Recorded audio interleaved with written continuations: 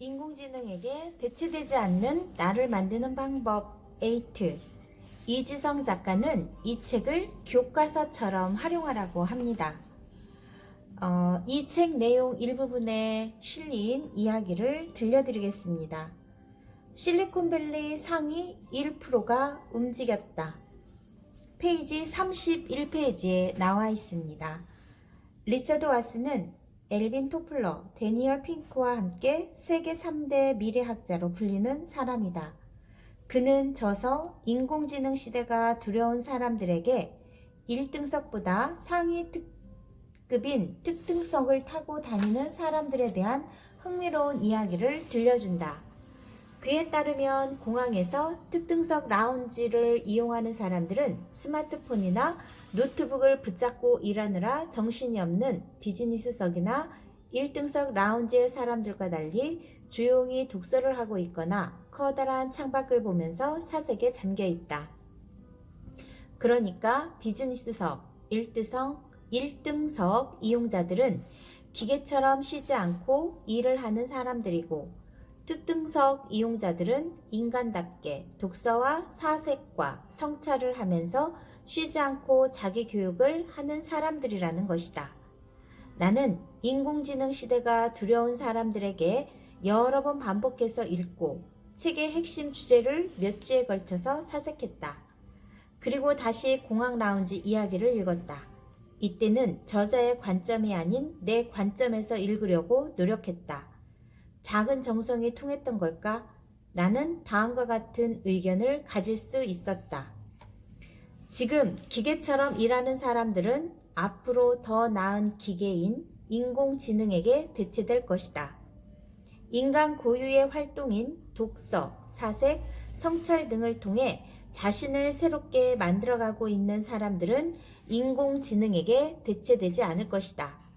아마도 인공지능에게 지시를 내리는 존재가 될 것이다. 1등석보다 높은 등급인 특등석을 이용할 정도의 사람들이라면 국적이 어디든 지배계급에 속할 것이다. 그들은 지금 이 순간에도 인공지능에게 대체되지 않은 나를 만드는 자기 교육을 쉬지 않고 하고 있다. 인류 역사를 살펴보면 어느 시대, 어느 국가를 막론하고 지배계급은 전체 국민의 1, 2% 정도에 불과됐다. 오늘날도 마찬가지다. 미국이든 일본이든 중국이든 러시아든 중동이든 아프리카든 상위 1, 2%가 지배한다. 우리나라도 마찬가지다. 그렇다면 어느 시대, 어느 국가를 막론하고 지배계급이 가장 중요하게 생각했던 것은 무엇일까? 교육이다. 조선시대를 생각하면 이해가 빠를 것이다. 조선 500년 동안 양반계급은 항상 전체 인구의 2% 정도였다. 물론 조선 후기에 들어서 여러 편법으로 양반 비율이 크게 늘어났다고는 하지만 그들은 지배계급에 편입되지 못했다. 아무튼 조선의 양반계급이 가장 중요하게 생각했던 것은 교육이었다. 그들은 교육을 통해 부와 권력을 대물림했다. 안타까운 사실은 조선의 지배계급이 이 시대에 뒤떨어진 교육을 고수하고 그것을 자녀들에게 물려주었다는 것이다. 결과는 우리 모두가 잘 알고 있다. 조선은 멸망의 길을 걸었다. 대한민국의 지배계급도 교육을 통해 부와 권력을 대물림해 왔다. 아니, 지금도 그렇게 하고 있다. 대한민국의 재벌들과 정치가들이 자녀에게 어떤 교육을 하고 있는지 살펴보라. 다들 최고의 교육을 하고 있다.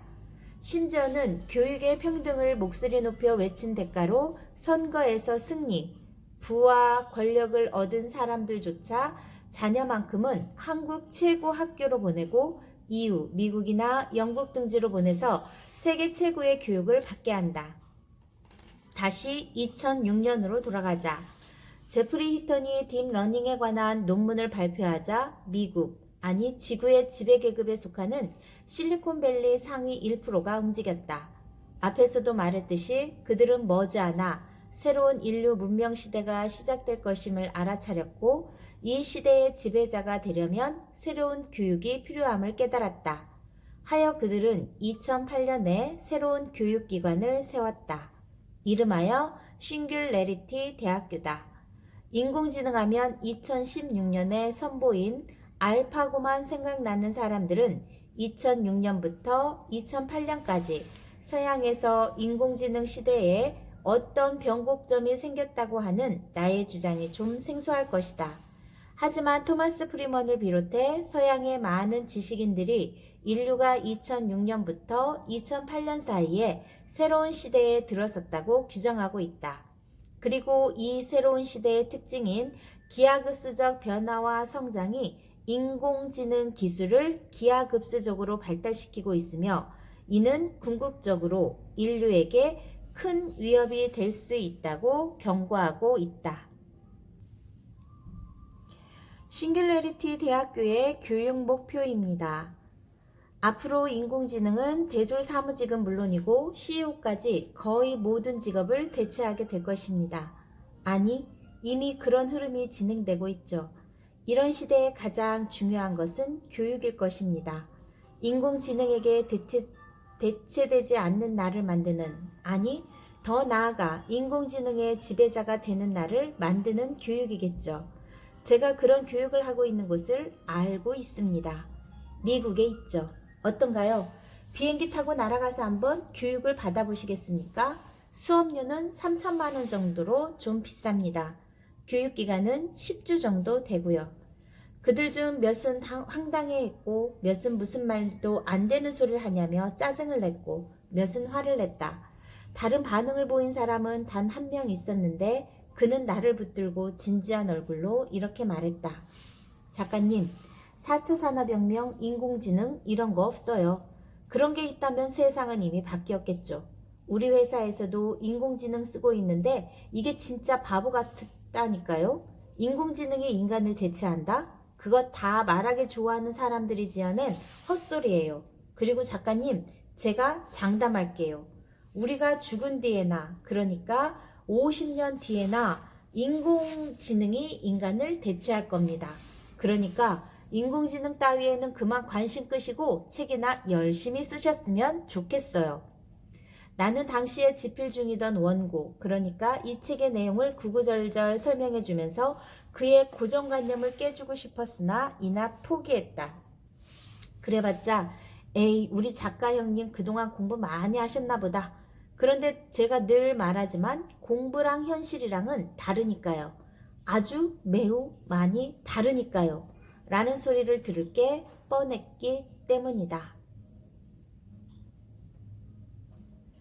알파고가 이세돌 기사를 이긴 지 3년이 넘어가고 유튜브에서 인공 로봇이 파쿠르에 이어 공중 제비까지 도는 모습을 어렵지 않게 찾아볼 수 있고 아마존을 비롯한 세계적인 기업의 근로자들이 인공지능 때문에 대량 해고당하고 있고 미국과 유럽 선진국들이 국가 시스템 전체를 인공지능 중심으로 변화시키고 있고 일본 대학생들의 취업 문화가 장래 인공지능에게 대체되지 않는 직종을 찾는 것으로 바뀌고 있고 인공지능 목사는 물론이고 승려까지 나와서 신도들에게 큰 인기를 끌고 있는 요즘에도 사석에서 인공지능에 대한 이야기를 진지하게 하면 살짝 이상한 사람 취급당하는 게 우리나라인데 만일 내가 11년 전인 2008년에 지인들에게 인류의 지배 계급이 인공지능에게 대체되지 않는, 아니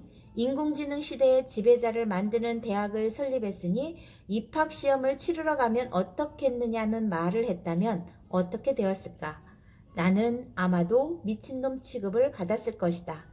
아무튼 실리콘밸리의 상위 1%가 2008년에 구글, 나사의 자금 지원을 받아 인공지능 시대의 지배자를 만드는 교육을 하는 대학을 설립했는데 결과는 놀라웠다.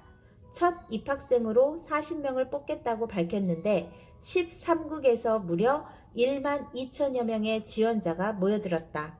그러니까 이미 2008년에 세계적으로 1만 2천 명이나 되는 사람들이 인공지능 시대에 맞는 새로운 교육을 받는 대가로 3천만 원 넘는 돈을 쓸 준비가 되어 있었다. 물론 싱귤레리티 대학교 측은 우리는 인공지능 시대에 지배자를 만들기 위한 교육을 하고 있다고 하지 않는다. 그들은 이렇게 말하고 있다. 우리는 10억 명의 인류에게 영향을 주는 일을 할 수 있는 능력을 가진 사람을 길러내는 교육을 하고 있다. 참 아름답다. 10억 명의 인류에게 영향력을 미치는 사람을 길러낸다니. 하지만 이 아름다운 설립 목적을 싱귤레리티라는 단어와 엮어서 살짝 뒤집어 보면 전혀 다른 진실이 드러난다. 이 대학의 설립자들이 말하는 싱귤레리티, 즉 특이점이란 인류의 모든 지능을 합한 것보다 더 높은 지능을 가진 인공지능이 출현하는 때이다. 그들은 특이점을 2045년으로 예측하고 있다. 그러니까 싱귤레리티 대학교는 2045년에 인류를 지배할 수 있는 능력을 가진 인공지능이 탄생한다는 것을 전제로 세워졌다. 유엔에 따르면 세계 인구는 2050년경 100억 명을 돌파한다. 그렇다면 인공지능은 특이점 이후 100억 명을 지배하게 된다. 그런데 싱귤레리티 대학교는 10억 명에게 영향을 줄 수 있는 사람을 길러내는 것을 목적으로 하고 있다. 이상하다. 2045년이면 전 인류가 인공지능에게 지배된다고 굳게 믿고 있는 사람들이 특이점 이후에도 10억 명에게 영향을 미칠 수 있는 사람을 길러내기 위해 대학을 설립했다니 말이다. 뭔가 앞뒤가 맞지 않는다. 그런데 이렇게 해석하면 앞뒤가 맞아떨어진다. 싱귤레리티 대학교는 인류 전체의 지능을 합한 것보다 뛰어난 인공지능을 지배할 수 있는 능력을 가진 사람을 기르는 것을 목적으로 하고 있다고 말이다. 그런 사람만이 특이점 이후에 10억 명의 인류에게 영향을 미치는 일을 할 수 있을 것이기 때문이다. 물론 그렇다고 싱귤레리티 대학교의 교육을 받은 사람들이 인공지능 시대의 지배자가 된다는 보장은 전혀 없다. 또 싱귤레리티 대학교의 교육 과정이 인공지능 시대의 지배자를 만드는 데 최적화된 교육 과정이라는 보장도 전혀 없다. 하지만 싱귤레리티 대학교가 이른 그대로 특이점 이후의 시대를 준비하는 교육을 하고 있다는 것은 사실이고, 전 세계의 엘리트들이 새로운 시대의 리더를 꿈꾸며 싱귤레리티 대학교에 몰려들고 있다는 것도 사실이다.